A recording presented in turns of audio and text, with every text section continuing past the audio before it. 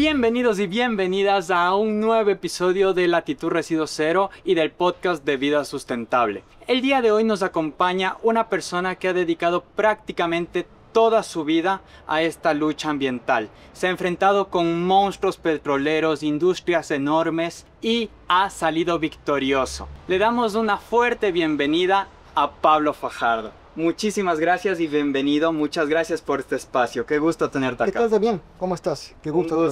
También a los amigos, amigas también que están acá. Pues efectivamente sí, hemos tenido muchísimos procesos, litigios, luchas sociales con la gente en las provincias amazónicas, Orellana y Sucumbíos principalmente. Y ahí seguimos, no claudicamos. Bueno, cuéntanos un poquito cuál ha sido justamente el caso más fuerte que has tenido que defender. Mira, la verdad que desde nuestro colectivo, que es la Unión de Afectados por Texaco, actualmente estamos llevando como unos 30 casos más o menos contra distintas empresas y contra el Estado por múltiples acciones que tenemos. El caso más relevante, digamos, significativo en todo este proceso es el caso Chevron, contra Chevron, ¿no? Porque es un caso que reúne un sinnúmero de elementos y de acciones que lo convierte en el caso más importante de la lucha ambiental social por los pueblos en todo el planeta. No hay otro caso en el mundo que tenga esa característica, que tenga esos elementos y esas acciones directamente ahí. Hay otros crímenes, hay daños como el de Chevron y peores que eso en el mundo, sí. Hay muchos también ahí, ¿no? Pero que la gente haya luchado como un luchado acá, es el único caso en el mundo que ha avanzado tanto como el caso Chevron. Cuéntanos un poquito, exactamente qué tipo de daño generó Chevron, hace cuánto fue, en dónde fue. Chevron operó en la que hizo en Orellana y Sucumbí, estas dos provincias en la parte norte de la Amazonía ecuatoriana, desde el año 64 hasta el año 90, ¿sí? Son realmente 26 años de operación que estuvo allá Chevron. Ahí llamaban ese tiempo Texaco, era el nombre de ella, ¿no? ¿Qué hizo Texaco, hoy Chevron, en la Amazonía? Lo que hizo fue lo que haría cualquier criminal perverso en el contexto contra los pueblos. Usar la tecnología que le permitía obtener la mayor ganancia económica con la menor inversión posible. Esto era, por ejemplo, en medio de donde había un pozo petrolero, perforaba el pozo y al lado buscaba algún río y hacía unas, llamaban ellos piscinas. Que tengamos una idea, más o menos como una piscina olímpica, donde va la gente a hacer natación. De ese tamaño más o menos. Creamos más de 1000 piscinas de esa en plena selva. Y la corte, en la sentencia que el juicio que le ganamos, reconoció 880 piscinas. Y todas las hacía lo más cerca a un río. Y lo más cruel de esto, Damián, era que colocaba un tubo que salía de ahí tanso y el agua tóxica de esa piscina directamente al río. Estas piscinas eran totalmente tóxicas. Totalmente llenas de tóxicos, era sin recubrimiento de membranas, abiertas y además con un tubo que llevaba todo el agua contaminada del río directo. Luego también tenía otra cosa que era la combustión incompleta del gas y era el vertido de agua de formación. Para que tengamos una idea, los amigos, amigas que no saben la cuestión petrolera, del subsuelo se extrae, cuando se perfora un pozo petrolero se extrae tres cosas: agua, gas y petróleo. Están los tres juntos en el subsuelo. Al Estado y la empresa les interesa, les importa el petróleo. El agua, que llama agua de formación, es un agua que tiene miles de compuestos tóxicos, como el benceno, el tetravalente, el cromo 6 y otro directamente ahí. Para nada potable. Son cancerígenos, muchos de ellos, ¿no? Y además, por ejemplo, en sal. Esa agua de formación, hay casos que tiene hasta 30 veces más sal que el agua del mar, por ejemplo. Para que tengamos una idea más o menos qué es eso, ¿no? Entonces, de esa agua tóxica, súper tóxica, Chevron extrajo más de 60.000 millones de litros de agua. Y toda esa agua se fue a los ríos. Entonces, claro, eso generaba que, obviamente, los animales del bosque toman esa agua contaminada, pues, y se van muriendo poco a poco, ¿no? La gente, los peces también y todo. Por eso hay una catástrofe que causó a los pueblos directamente. Luego el gas también. Ese gas, que también era un desecho, lo quemaban al aire libre y había una combustión incompleta del gas, que eso, los tóxicos venían también, pues contaminan todo el entorno que está en ese directamente de cada mechero. Entonces contaminaba el agua, el suelo y el aire. Toda esta área, lo que hoy es la Guavio, Susufindi, Coca, los pueblos más grandes que están en la zona norte, eran territorios ancestrales de los pueblos indígenas. De Orosiona, Chepane, Shuar y los quichuas, estos dos últimos se extinguieron, ya no existen. Entonces, ¿qué es lo que ocurre? Que esos pueblos que habitaban allí, su alimentación tradicional que tenían era la selva, era la pesca. Cuando los animales del bosque se mueren por esos tóxicos, los peces se mueren, se quedan sin alimentación. Tanto así que después los indígenas querían comer pescado y tenía que la empresa le decía: vea, si quiere comer pescado, venga, trabaje conmigo, yo le pago y con eso compre en el mercado. Entonces a la gente le fueron cambiando de esa economía de subsistencia que tienes en la selva a una economía de mercado. Capitalismo puro. Exacto. Y una cosa importante, un agravante diría yo, que los tóxicos de actividad petrolera no es que ya pasó 5 años y ya se perdieron. No, no, no. No son biodegradables. Se quedan acumulados en el suelo, en el sedimento de los ríos, por siglos. Y cada vez que se remueve algo, pues están los tóxicos allí. El día de hoy, 2025, ¿existen estos contaminantes? ¿Se los puede ir a ver? Por supuesto que sí. Por supuesto que sí. Yo siempre digo, ¿no? Bueno, en el juicio usted habrá escuchado, Damián, que ahí Chevron dice, no, es que estos son abogados corruptos. Digo, vean, si alguien duda de alguna de las cosas que decimos nosotros, venga a Orellana y Sucumbíos y visite los pozos que operó Texaco. Y si usted encuentra el petróleo, hidrocarburos enterrado en el suelo, en el río, en los esteros de la zona, va a verse quién es el corrupto allá, quién es el que mintió, quién es el que supuestamente comete fraude. Y además una cosa importante, si hay un abusador, es porque alguien le permite que abuse. ¿Qué quiere el Estado? O sea, el Estado estaba y está, hoy el Estado está controlado totalmente por la empresa, ¿sí? Entonces, evidentemente,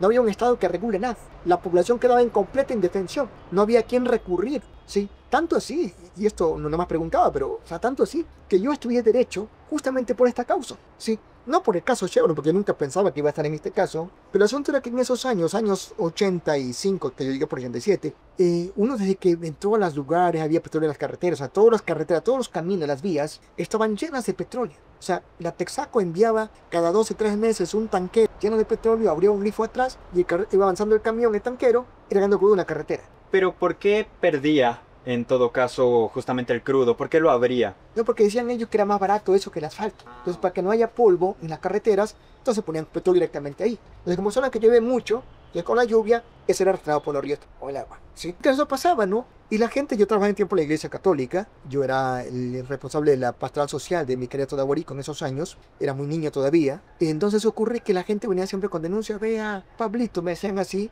me pasó esto, tengo mi hijo que se enfermó, la vaca cayó en la piscina, me contaban sus historias tan tristes. Yo siempre iba al comisario, al juez, al alcalde, y en toda parte era, este Texaco no puedo hacer nada. ¿No sabe qué? Búsquese un abogado que le ayude. Y en ese tiempo en mi pueblo no había un solo abogado que trabaje con la comunidad. Trabajaba con la Texaco, o con entidades del gobierno, o con otras empresas. Entre ellos una palmicultura que estaba ahí. Pero con la población no trabajaba nadie. Entonces dije yo, entonces, bueno, voy a ser abogado, ¿sí? Pero mi idea era ser abogado para trabajar con la gente de la zona, ¿no? Y ahora aquí estoy frente a ti. Claro, y después todo el recorrido, el resto es historia, ¿no? Bueno, y sigue siendo una lucha constante, ¿no? Retomando un poco lo que comentabas de estos casos de lo que te acusaron de corrupción, de malversación de fondos y demás, realmente y es una pena porque si buscas tu nombre en Google es casi lo primero que aparece. Hay $190,000 me parece que se te adjudica que te los metiste al bolsillo, que el peritaje estuvo mal hecho, que pagaste a cualquier persona, esa persona desapareció. Esa es información que encuentras en redes. A ver, aquí hay una campaña millonaria, te digo, millonaria de Chevron, y creemos que tenemos otros actores también, que han buscado siempre de ensuciar la imagen de esta lucha por los derechos de la gente. Y siempre decimos eso que es importante, ¿no? También tú sabes, aquí en el Ecuador, aquí igual que en todo el país del mundo, de todos los países, hay lo que llaman la justicia, ¿sí? Si yo sigo un juicio a una empresa tan grande como Chevron y le demostramos hasta la saciedad el crimen que ellos cometieron y probamos todos esos hechos, tanto así que el juez los condenó porque cometieron un crimen real. Si ellos dicen, no es que cometió fraude, perfecto, vayan y demándenme judicialmente.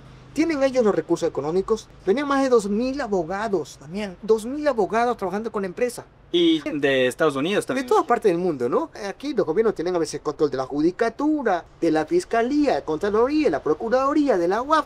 Tienen todo. Por ahí un solo hecho. Esto no pasa más que de propaganda, ¿sí?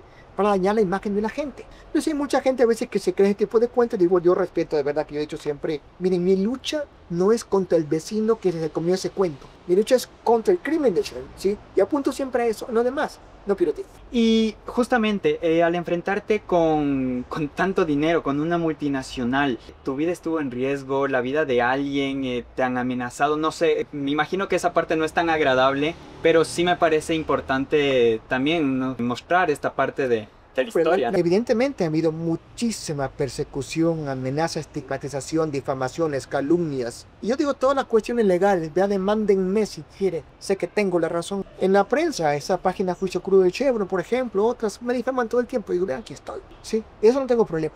Sí es un problema con los actos delictivos, con los actos de ir contra la integridad física de las personas. Yo he tenido problemas acá, obviamente. Ya llegaron al nivel tan extremo de amenazarme a mí, a mis hijos. Incluso un hermano mío fue asesinado, torturado y asesinado en los primeros años de esta batalla directa allá en mi pueblo, en Suchupinde, que vivo yo directamente allí. Y después de eso tuvo una persecución brutal. También tengo juicios en Estados Unidos, de aquí, bueno, me han puesto como 14, bueno, realmente 11 denuncias a mí, no te pueden probar nada, sí. Entonces tiene un costo, ¿no? Porque al final es tu imagen, es tu seguridad física, pero ya duele mucho cuando ya van contra la vida de las personas. Y eso ha pasado, ¿no? Directamente, ¿no? Y claro, cuando ocurren cosas como es, cuando matan a mi hermano, que yo digo siempre, nunca puedo decir que fue Texaco que lo hizo, tampoco puedo decir que no fueron ellos que lo hicieron, ¿sí? Porque fue una cosa tan, pues, un poco repudiable, ¿no? Lo torturan, lo matan, supuestamente la víctima era yo, pero lo matan a él. Y después de eso, de la muerte de él, había una persecución brutal en mi contra, que me escapé y al menos 2 veces la he baleado. Y después de unos 2 meses, que no pudieron porque yo me andaba por todas partes, matan a los sicarios que mataron a mi hermano. Y ya estábamos investigando dónde iba la cosa. Pues evidentemente te quedas sin cómo seguir investigando. Entonces, esto tiene un costo. Sí, tiene un costo. No digo para que la gente diga, uy, mejor no hago nada. No. No debo animar, digo siempre yo. Las luchas nuestras, lo que hago yo, y he dedicado 35 años de vida a esta lucha, y a todas las que tenemos allí, que son varias, no es por mí.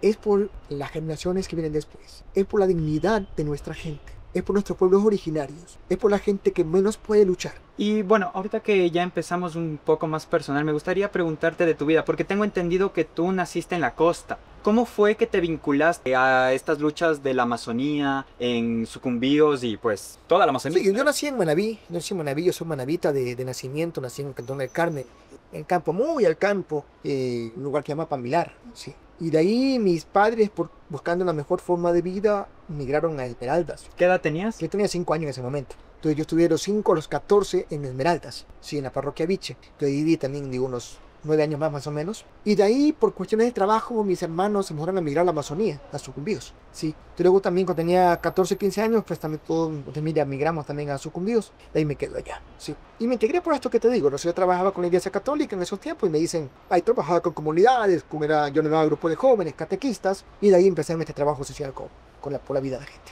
¿Cuál fue el detonador que te hizo decidir ya involucrarte, no solo como abogado, pero ya meterte a estas luchas sociales? No sé si nacimos para cosas como esta, no estoy seguro, de verdad. Pero es la vida. O sea, habemos personas, y me incluyo, habemos personas que nos molestan, nos indignan las injusticias. Cualquier cosa que sea injusta, yo la voy a decir. Sé que tienen costo, te digo, o sea, y yo las digo, las protesto y busco la forma de hacerla relevante también y que se corrijan esas injusticias. Hay cosas injustas tan grandes como esto de Chevron, por ejemplo, y otras empresas. Lo que pasa con nuestro pueblo en la Amazonía, con un abandono total de los gobiernos ecuatorianos, los últimos gobiernos principalmente. Entonces hay muchas cosas como esas, ¿no? Y a mí me han dicho, no, mira, pero doctor Fajardo, ¿por qué no se va de aquí usted mejor? Busca un exilio, no sé qué. ¿Qué saco corriendo yo? Y los que no pueden ir como yo.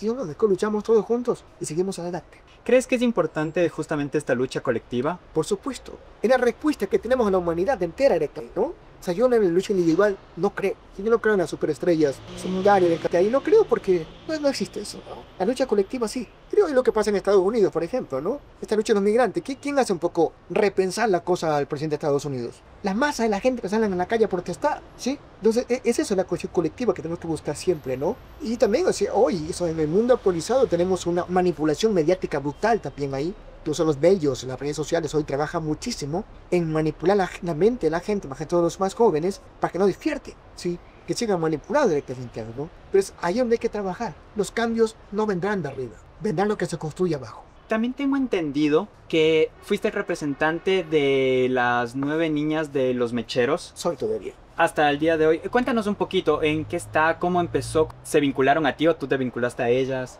No, es un proceso que nació con nosotros. Perdón, ¿quiénes son ustedes? Bueno, yo soy de un colectivo que es la Unión de Afectados por Texaco. Es la UDAP en siglas. Tenemos 32 años en el nacimos con el juicio contra Chevron, pero hoy tenemos otros 30 juicios más en distintas cosas. Trabajamos con los pacientes de cáncer, por ejemplo. Hemos ganado 4 juicios al Estado por los pacientes de cáncer que están abandonados en la Amazonía. Y en los años 2014-15 hacíamos un estudio más, porque hemos hecho varios estudios, de el impacto de la actividad petrolera en la salud humana. Hacemos entre la UDAP y la clínica ambiental en ese momento. De estos dos colectivos fuimos viendo que las familias que están ubicadas más cerca a la actividad petrolera, a las extracciones petroleras, tienen más casos de cáncer. A medida que se van distanciando, tienen menos casos de cáncer. Entonces ahí veíamos ese nexo causal que decimos en derecho. entre el crimen o estos daños ambientales y la problemática de la gente. Entonces resulta que el agua de los ríos se contamina por los derrames de petróleo, por cosas como esas. Entonces la gente no puede tomar agua del río libremente porque está contaminada.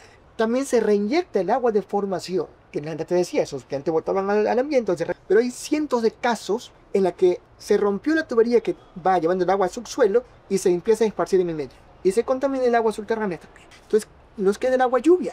El agua lluvia nos contamina los mecheros. Entonces no nos queda una fuente de agua limpia. De esos 3 fuentes de agua, río, subterránea y agua lluvia, la que es más fácil de limpiar es el agua lluvia. Porque si eliminamos los mecheros, esta agua queda más limpia. Entonces, por ese motivo decimos, ok, si hay este vínculo directamente allí, nos empecemos a tratar de recuperar el agua lluvia. Lo que hacemos es eso, luchar para que se aproveche ese gas de los mecheros y logremos recuperar el agua lluvia. Como llueve bastante, nos abrió una buena fuente de agua para la población que no tiene agua potable.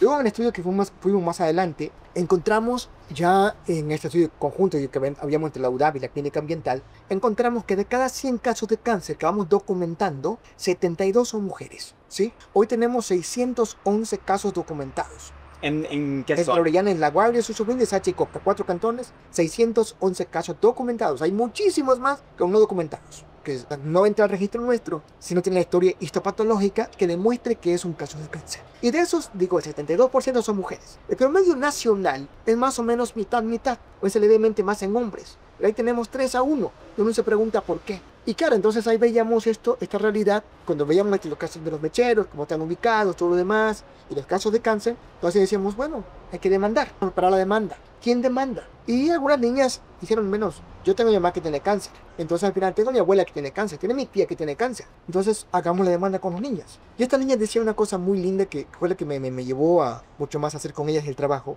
que decían que ellas, si no luchamos hoy nosotras por nuestros derechos, mañana seremos la siguiente víctima del cáncer. Así que vamos a luchar por esa parte, ¿no? Esta demanda se ganó, al igual que la de Chevron. Sí. ¿Cómo sigue? ¿Cómo ha seguido? ¿Qué ha hecho el Estado? ¿La reposición de parte de estas empresas? ¿Ha habido algo Mira, respecto a...? Hasta ahora hay un incumplimiento de la sentencia. Y aquí hay que decirlo o sea, aquí hay una cuestión que es un Estado ecuatoriano institucional totalmente irresponsable, indolente y criminal con la gente de la nacionalidad. ¿Sí? La demanda la planteamos nosotros en el 2020. Estaba de presidente de la República en ese tiempo, Lenín Moreno Garcés. La sentencia de 2021, el presidente no cumplió con la sentencia en su parte. Vino el señor Lazo, quitó la sentencia, tampoco lo cumplió. Hoy el señor Noboa, pues tampoco lo cumplió. O sea, los 3 gobiernos últimos, completos irresponsables en esta materia. Cometen un crimen contra los pueblos y toda dignidad humana en este caso. Y hay una cosa aquí importante que decir. Nosotros no estamos diciendo no extraigan petróleo. No, decimos, si extraen petróleo, aprovechen adecuadamente esos hidrocarburos, ¿sí? Ese gas que queman es hidrocarburo, y si es hidrocarburo, es energía. Es el mismo gas que a usted le venden en las bombonas tanque de gas. Es el mismo gas. Es exactamente el mismo. Sí, es metano y es butano. Es el mismo. Más requiere un tratamiento de limpieza, que no es nada de otro mundo. Lo hacen en toda parte del mundo, y lo envasan y es el mismo gas, ¿sí? ¿Y por qué no lo hacen? Porque son unos sinvergüenzas criminales. Tanto así que el Estado ecuatoriano gasta en promedio entre 700 millones y 1.000 millones al año importando gas. O sea, compran gas fuera del país, ¿sí? ¿Para qué envasarlo y vendernos? Pues hablan del subsidio del gas. Ahora escuchar cosas por ahí, ¿no? Cuando acá tienen gas, si aprovechan ese gas que está acá, no requieren subsidio de nada porque está ahí en nuestro. Pero ¿qué ocurriría? Que si aprovechan ese gas que hoy queman acá, se cae el negocio de quienes importan el gas. Entonces se caen esos 1.000 millones de negocio. Y aquí siempre decimos y exigimos, siempre digo, ¿qué pasa con la Contraloría, la Fiscalía? Hay un delito. Investiguen, pues carajo. Investiguen. ¿Por qué no investigan? ¿Quiénes están detrás de ese negocio de importar gas, por ejemplo? Y no solo gas, también el diésel. También ese gas puede ser generadores energéticos que con ese gas en la misma estación de petróleo y dejan de quemar miles de galones de diésel todos los días allá. Sí, pero tampoco lo hacen, ¿sí? Entonces, hay tecnología, hay herramientas, hay métodos, es un gas. El Estado reconoce que están quemando por lo menos 1.300 millones al año en esos lecheres. Y cuando ganamos el juicio en el 2021, se vieron un poco obligados y en ese tiempo Petroecuador convocó a licitación a empresas privadas para que vengan y oferten si alguna estaba interesada en aprovechar ese gas. Y habían 17 empresas y dijeron, uy, nosotros queremos. Pusieron trabas en el minuto 1. Al final, una empresa norteamericana cumplió con todos los requisitos. Tanto así que en una reunión del Comité Técnico de Petroecuador dijeron, se le adjudica el contrato a esta empresa porque cumple con todo. Chuta, era una cosa, un paso importante. Esa empresa ofreció invertir 700 millones en el país para aprovechar todo ese gas, hacerlo energía, hacerlo GLP y eliminaba los mecheros. Es que hasta el último pies cúbico de gas se puede aprovechar. No tienen por qué quemar ni una gota, ¿sí? ¿Qué ocurrió? Que luego entran en pánico y Petroecuador se inventó que faltó una coma en la convocatoria al concurso. Declararon desierto, se cayó el contrato. Porque obviamente, como decía antes, si hacían eso, se cae el negocio de los importadores, ¿sí?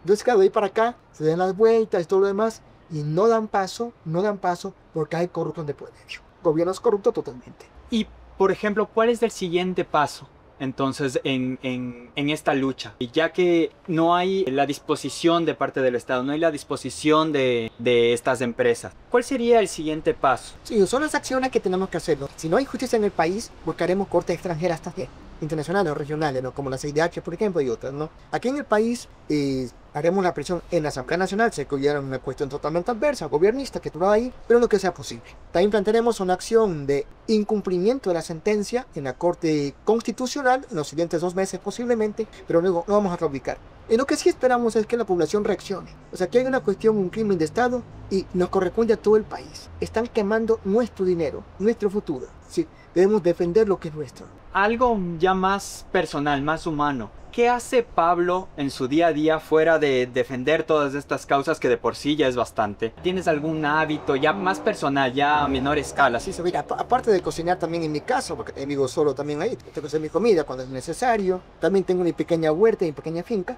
Procuro ser un apicultor, un permacultor más que todo. Y uno de mis sueños en la vida, uno de mis sueños que estoy trabajando para eso, es ser autónomo en mi alimentación. O sea, no quiero comprar nada del mercado, quiero producirlo todo yo para mi consumo directamente ahí. Así que espero cuando yo me aburre de todo lo que pase fuera, todas estas injusticias que pasa, quizás bote mi teléfono al agua y me dedique solamente a cultivar mi tierra para comer con dignidad. Muchísimas gracias. ¿Algún último mensaje que quieras compartir?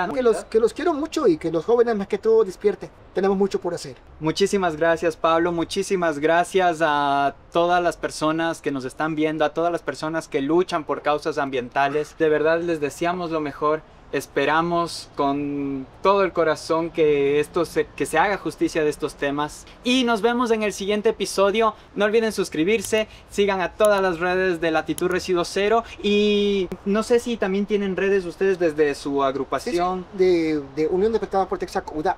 Perfecto, todas esas redes van a estar acá abajo. Dejen su like, compartan, comenten, nos sirve un montón. Muchísimas gracias.